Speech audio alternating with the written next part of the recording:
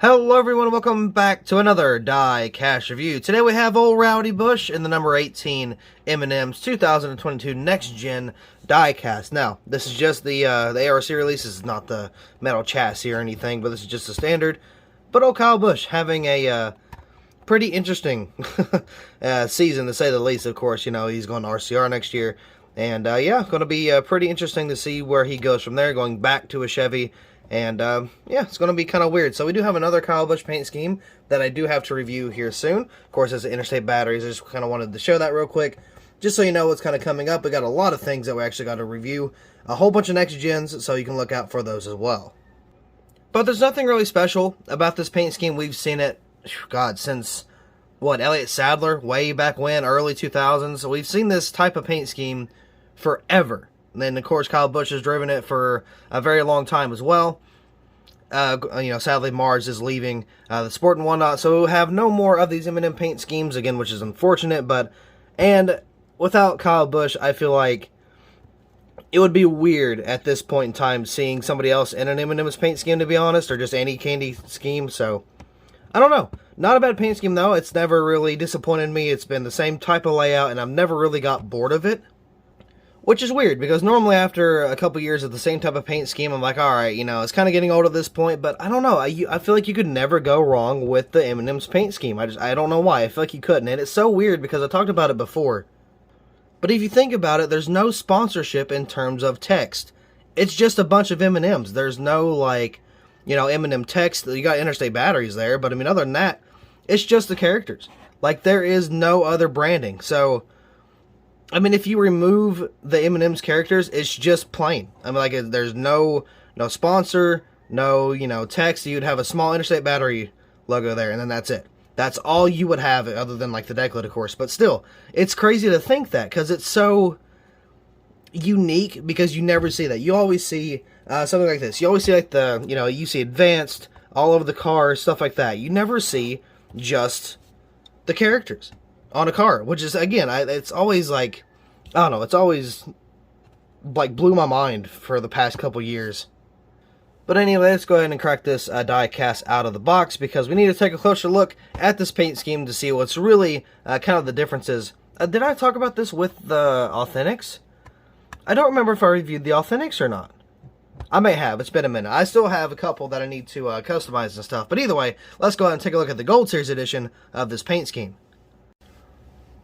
Here's the die-cast out of the box. Now, I did not mention it, but I fixed my camera, because, like, just in that last clip, I was like, because I was thinking to myself, my camera's really dark for whatever reason.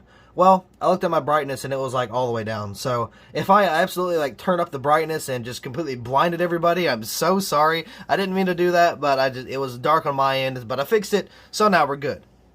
Anyway, die-cast out of the box, of course, you know, still looks actually even better than it does in the box. They normally do that. But yeah, I mean, again, you can't go wrong with an M&M's paint scheme. You really can. Again, it's going to be sad, you know, not seeing it next year.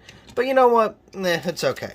I think we've had, you know, quite our fair share of M&M's paint schemes on the channel, just in NASCAR in general, all kinds of stuff. So, got the M&M's right there. Of course, there's green, red, and blue. Got the little hood vents there. Kyle Busch right there on the name banner with the Toyota. Again, I wish they'd fix that to make it like the little red square. Got the 18 there. M&M's across the, whatchamacallit here, the back of the roof behind the 18. Kyle Busch there as well. Right here on the deck lid, if we can, of course, get a focus on there, it'd be nice. Breathe Right, nasal strips, Mac Tool, Simons, the little Cougar thing, Mobile One, Sherwin-Williams, and Lincoln Welders there. Some of the decals look a little, like, I mean, like, look at the outline on the Lincoln Welders and the Sherwin-Williams. Those are some pretty bulky white outlines, so I don't know, I'm just going to say it's a Lionel issue, which, I mean, you know, obviously it probably is. Right here on the back, of course, we've got the spoiler back here that has the pop rivets. Gotta love those.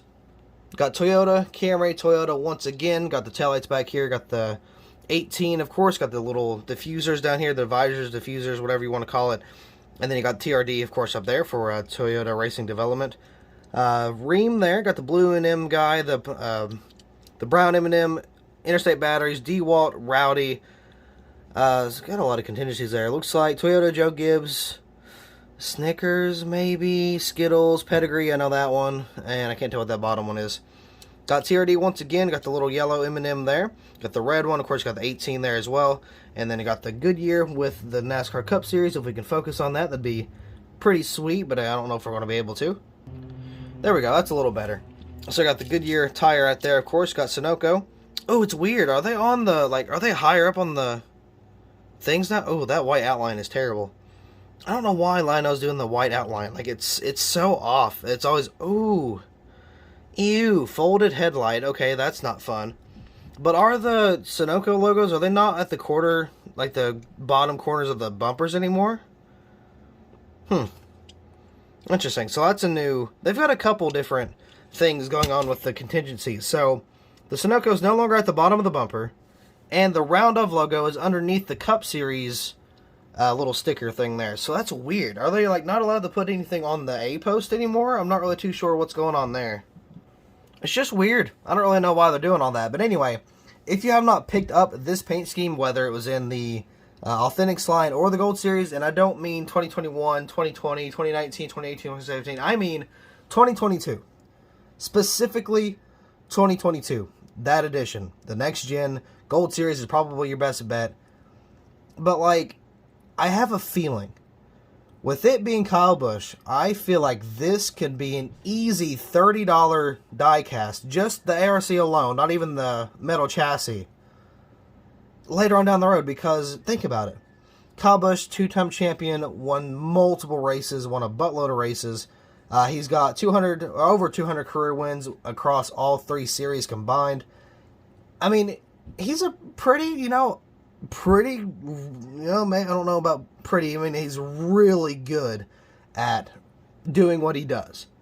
So with him leaving Joe Gibbs, leaving Toyota, the Mars paint schemes no longer being, a thing after 2022, it's like a whole rebrand of Kyle Busch.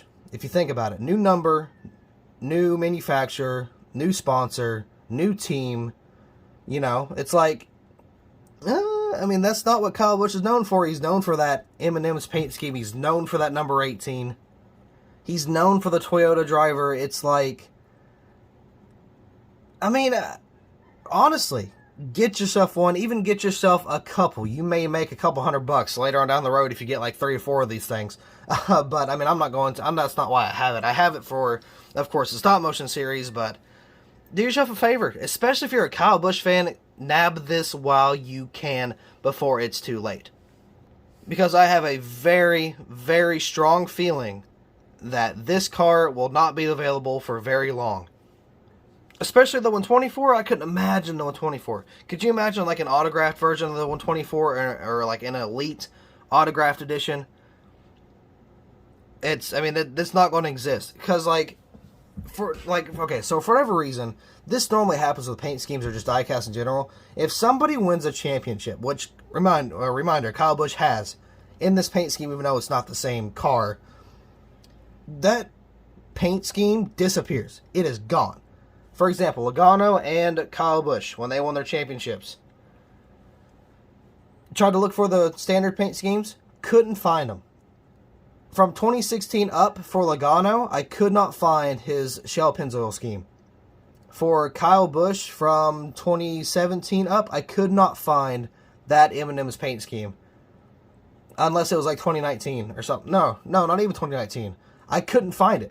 Like, when somebody wins a championship, now think about it. This is a championship winner with this, same paint scheme technically.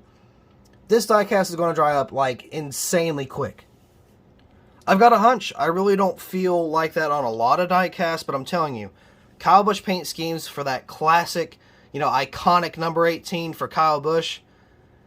I mean, yeah, I feel like it's not going to be around much longer. But I don't know. Maybe that's just my take. This thing may be overproduced until, I don't know, freaking 2030. If, maybe they're, like, sitting in a bin somewhere at one of the racetracks and they've got a box just full of Kyle Busch cars for, like, $2 each. You never know. But I feel like this paint scheme is going to get very, very rare. I feel like the diecast is going to get rare in general. So, once again, pick yourself up one while you can. But anyway, with that being said, that'll be all for this diecast review. So thank you all so much for tuning in. I hope you all enjoyed, and I will see you in the next video.